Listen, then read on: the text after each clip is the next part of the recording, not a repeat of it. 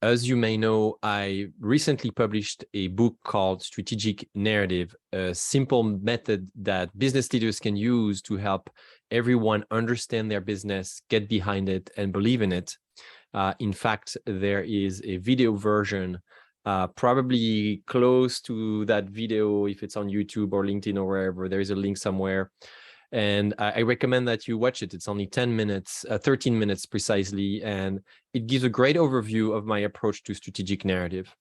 I like to have this document on PDF or on paper handy with me when I have conversations with prospects, clients, partners, my team, whoever this might be, because it has some important concept, important foundational nuances, and that explains the difference between a story and a narrative, for instance.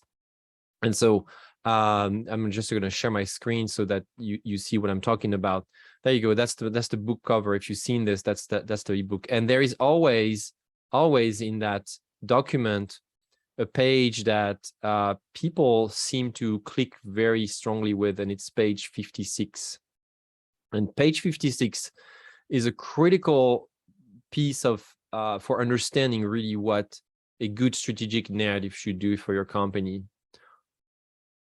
I came up with this page over time. It was something that I felt I needed to visualize, and I think that this picture is the most crystallized, simplest expression of where I take people from to, and where you want to go from and to in your business. There might be many areas, many places where you talk about your business. Maybe it's your website, your branding, positioning, your innovation roadmap, your product roadmap, your mission and vision. And most of the time, and that's what people really, everybody I share this ebook with, this book, and you tell me, yeah, that I really resonate strongly with.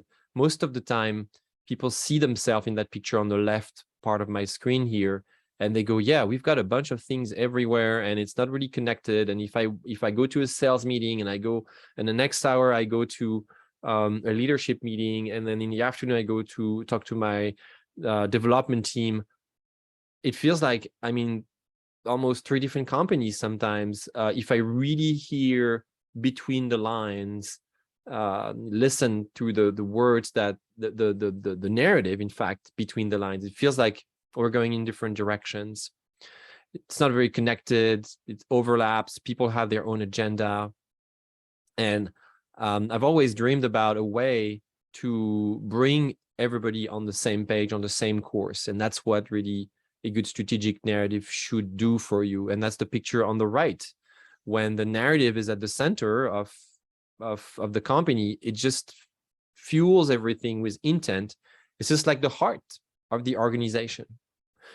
On this diagram, I picked a set of 10 most common examples, but there are dozens of them, and you may have maybe a different name. I mean, your website is your website. That's not going to change, but maybe you called your sales, maybe you don't have a sales deck, for instance. B2B companies, most of B2B companies have a sales deck, and they should have a sales deck. But consumer product companies don't have a sales. They probably have a website and they're present on social media. See, even social media is not a place identified here in my diagram. Although it would be in the external, it would be in the in the upper right dimension of my framework. And so the reason why I say this is because you might want to do this exercise of mapping out all of the pieces that you think convey your narrative. You may want to map out all the places where your narrative shows up and try to make connections and see which ones are isolated, which ones are redundant, which ones are unclear, maybe under constructions, and which ones people tend to always refer to, and see how they work together, how they actually help. And that's the most critical point, how they actually help people mobilize to come and figure out the challenge that you're trying to figure out with your company. And then use the 4 areas on the right to map them out and say, okay, well, I see that we've got pieces that are really external focused and some pieces are internal focused. And how could they interconnect better? How could they work together better? Maybe we want to change the content, but not just that. Maybe the content is okay, but we want to make sure that we use those tools, we use those in a more coordinated fashion. Well, that's one of the things you can do. The other thing you may want to do with that diagram is think about the groups of people that are behind each of these pieces. I specifically picked tangible assets, things you can almost have in your hands, like a sales deck. You can print it. It's tangible, it's concrete. And these are tools. These tools are typically owned by groups within your organizations, inside or outside. It may be a department. It may be a community you share ideas with. It may be a partner. It may be a set of clients that you're used to work with. So behind those tangible, concrete assets, you want to look at who is connected to these assets. And that's what I show in another page of my ebook here on page 40. I use the arrows to represent people, and you would need to just look at the beginning of the book to really get that concept. It's very easy.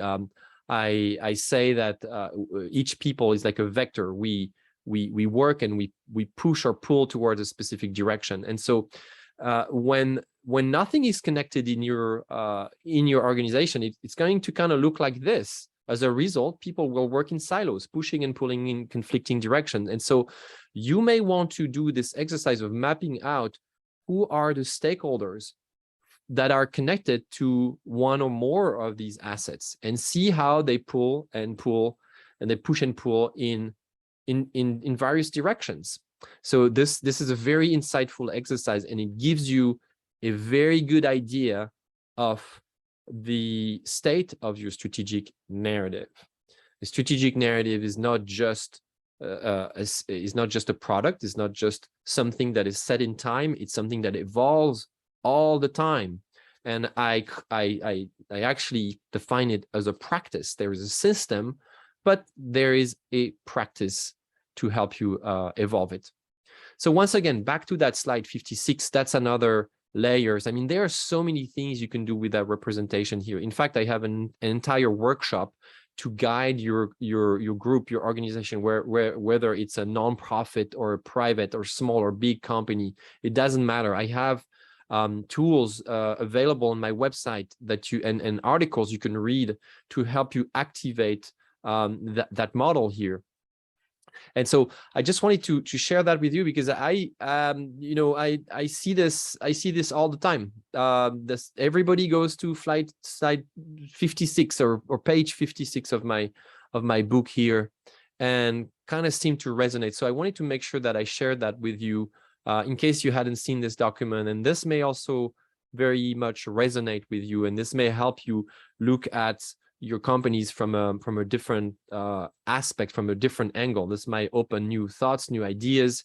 This might trigger you to want to observe things differently, and therefore take action differently.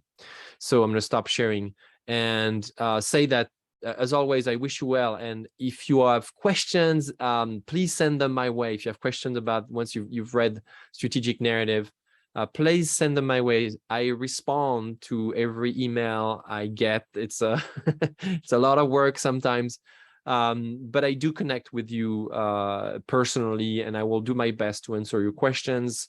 And if you want to, do more than that, just let me know. Right.